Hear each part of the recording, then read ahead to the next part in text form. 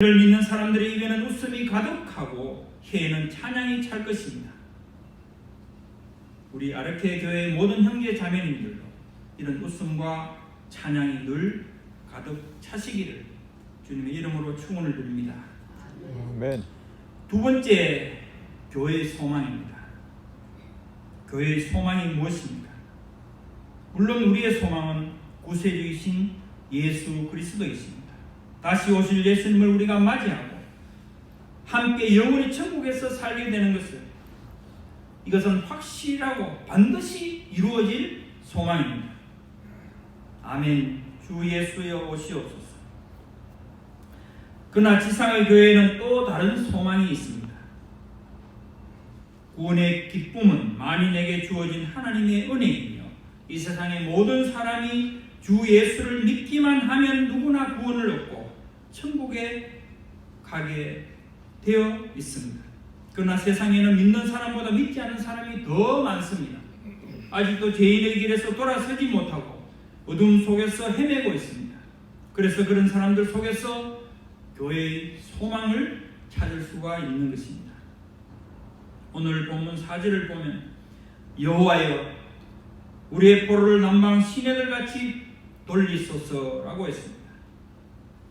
여기서 남방은 유대 남쪽의 광야 네게브라고 하는 사막지대를 말합니다. 이곳은 아리조나나 캘리포니아처럼 근기에는 그렇죠, 시내라 하더라도 물이 전혀 없는 곳입니다. 그렇지만 우기인 이 늦은 가을이나 겨울에 비가 오면은 이 물이 시내를 따라서, 그러니까 시내가 회복되어서 엄청나게 물이 넘쳐흐르는 이제 그런 상태가 되게 되겠죠. 시인은 남들보다 먼저 해방되어서 고국으로 돌아온 것을 기뻐만 한 것이 아니고 남아있는 포로들에게 미안한 마음을 갖고 있었던 것입니다. 아직도 자기들과 함께 고국으로 돌아오지 못하고 바벨론에 남아서 여전히 금, 은, 동, 철, 나무로 만든 그런 우상들에게 절하며 종노릇하고 있는 형제들을 생각하고 가슴이 아팠던 것입니다. 그래서 남방 시내가 회복되어 물이 차고 넘치는 것 같이 그들도 모두 해방되어 고국으로 돌아와서 땅에 충만하게 넘치도록 해달라고 기도하는 것입니다. 여호와여 우리의 포로를 남방 시내들 같이 돌리소서. 사도 바울도 자기가 먼저 믿고 구원 얻은 것 때문에 믿지 않는 사람들에게 대하여 빚진 자라고 했습니다. 그래서 그들에게 빨리 복음을 전해서 믿게 해야 한다는 소망을 갖게 되었던 것입니다. 로마서 1장 14절과 15절에 바울은 헬라인이나 야만이나 지혜 있는 자나 어리석은 자에게 다 내가 빚진 자라. 그러므로 난 할 수 있는 대로 로마에 있는 너희에게도 복음 전하기를 원하노라 하고 말씀을 했습니다. 먼저 믿은 사람, 먼저 죄로부터 해방된 사람에게는 아직도 죄의 속박에서 벗어나지 못하고 죄에게 종노릇을 하고 있는 사람들을 측은히 여기고 그들을 구원하기 위해서 이 기쁜 소식을 전하는 것이 선한 일이고 소망이며 비전이 되는 것입니다. 예수님도 이 땅에서 사시는 동안에 죄인 구원을 위해 일하셨고 이렇게 말씀을 하셨죠. 나는 의인을 부르러 온 것이 아니요 죄인을 부르러 왔노라. 물론 이 말씀은 스스로 어렵다고 생각하고 하나님의 말씀을 받지 않은 바리새인들에게 하신 말씀이지만, 그러나 의인이 없는 이 세상에는 모든 사람이 듣고 그 말씀을 정말 받아들여야 하는 그런 말씀일 것이라고 생각합니다. 그래서 예수 그리스도께서 우리의 소망이 되고 또한 예수 그리스도를 전하는 것이 또한 교회의 소망이 되는 것입니다. 그런데 이뿐만 아닙니다. 본문에서 포로를 돌린다 하는 것은 우리말 개역 개정에는 돌려보낸다는 말로 되어 있죠. 그런데 성경에는 두 가지가 번역이 있는데 NIV나 RSV 성경을 보면은 이 부와 번영을 회복시켜달라 이렇게 번역을 하고 있습니다. 그러니까 restore our fortunes 이렇게 되어 있죠. 이것은 히브리어 원문을 해석하면서 당시에 포로에서 돌아온 이스라엘 백성들이 70년 동안 버려진 황무한 땅에서 살기 위해 안간힘을 쓰는 가운데 그것이 열매 맺고 옛날 다윗이나 솔로몬 시대처럼 그렇게 영화로운 시대로 돌아갈 수 있도록 해달라는 그런 소망을 담은 것이라고 번역한 것입니다. 물론 가능한 번역입니다. 본문 기자는 모든 포로된 백성들이 예루살렘으로 돌아올 뿐만 아니라 옛날 다윗과 솔로몬 왕의 그 영화까지도 회복시켜 달라는 소망을 갖고 하나님께 간구하고 있다는 것입니다. 그렇습니다. 하나님을 믿고 구원을 얻은 우리는 영혼 구원에 관한 소망뿐 아니라 우리의 육적 생활의 피폐에서도 구원하여 가난과 연약과 낙심으로 인한 속박에서 벗어나는 것도 우리의 소망이며 현실이 되는 것입니다. 지금은 아직 풀 한 폭이 열매 하나 얻을 수 없는 황무지고 양을 기를 수도 없고 줄임배를 채울 수도 없는 형편이지만 하나님께서는 그들을 해방하여 건져내실 때에 이런 육의 모든 축복을 함께 계획하시고 실행하실 것이라는 것을 시편 기자는 믿은 것입니다.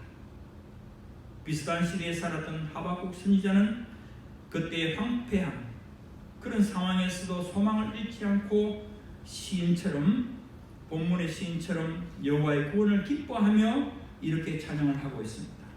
비록 무화과 나무가 무성치 못하며 포도나무에 열매가 없으며 감람나무에 소출이 없으며 밭에 식물이 없으며 우리의 양이 없으며 외양간에 소가 없을지라도 나는 여호와를 인하여 즐거워하며 나의 구원의 하나님을 인하여 기뻐하리로다. 우리 아르케 교회도 이런 영혼 구원의 소망과 함께 우리를 속박하고 얽어맸던 모든 연약으로부터 풀려나고 회복되는 소망을 하나님께 간구하는 성도님들이 다 되시기를 바랍니다. 아멘. 세 번째 이제 교회의 수고입니다.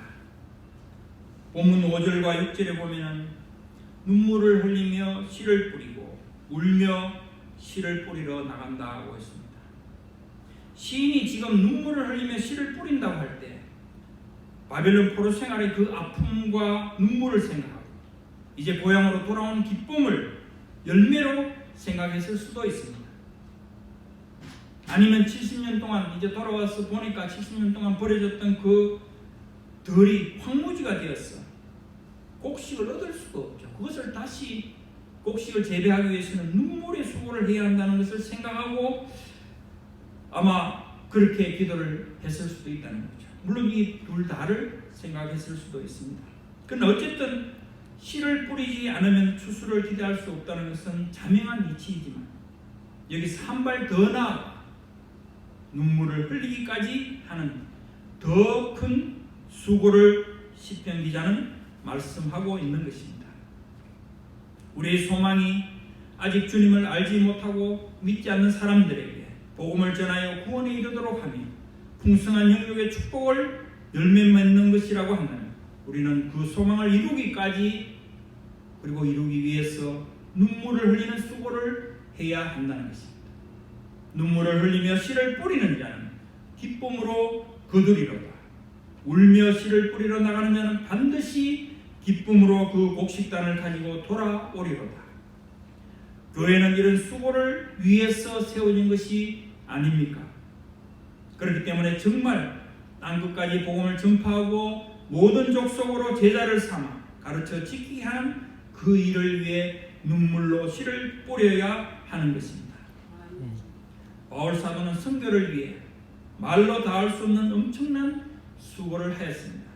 고린도후서 11장 23절에 27절까지 이렇게 고백하고 있습니다. 내가 수고를 넘치도록 하고 옥에 갇히기도 더 많이 하고 매도 수없이 맞고 여러 번 죽을 뻔하였으니 유대인들에게 40에서 하나 감한 매를 5번 맞았으니 3번 태장으로 맞고 1번 돌로 맞고 3번 파선하고 일주야를 깊은 바다에서 지냈으니 여러 번 여행하면서 강의 위험과 강도의 위험과 동족의 위험과 이방인의 위험과 시내의 위험과 광야의 위험과 바다의 위험과 거짓 형제 중의 위험을 당하고 또 수고하며 애쓰고 여러 번 자지 못하고 줄이며 목마르고 여러 번 굶고 춥고 헐벗었노라. 우리는 감히 이런 바울의 수고를 상상이나 할 수 있습니까? 그 1000분의 1, 10,000분의 1이라도 감당할 생각을 할 수가 있겠습니까? 그런데 이런 바울의 수고가 아니었다면 우리가 어찌 믿음의 도를 받아들이고 하나님의 자녀가 될 수 있었겠습니까? 우리가 바로 먼저 믿고 더 많은 수고를 고난을 받고 더 많은 수고를 한 사도들과 믿음의 선진들의 열매이며 추수단이었습니다.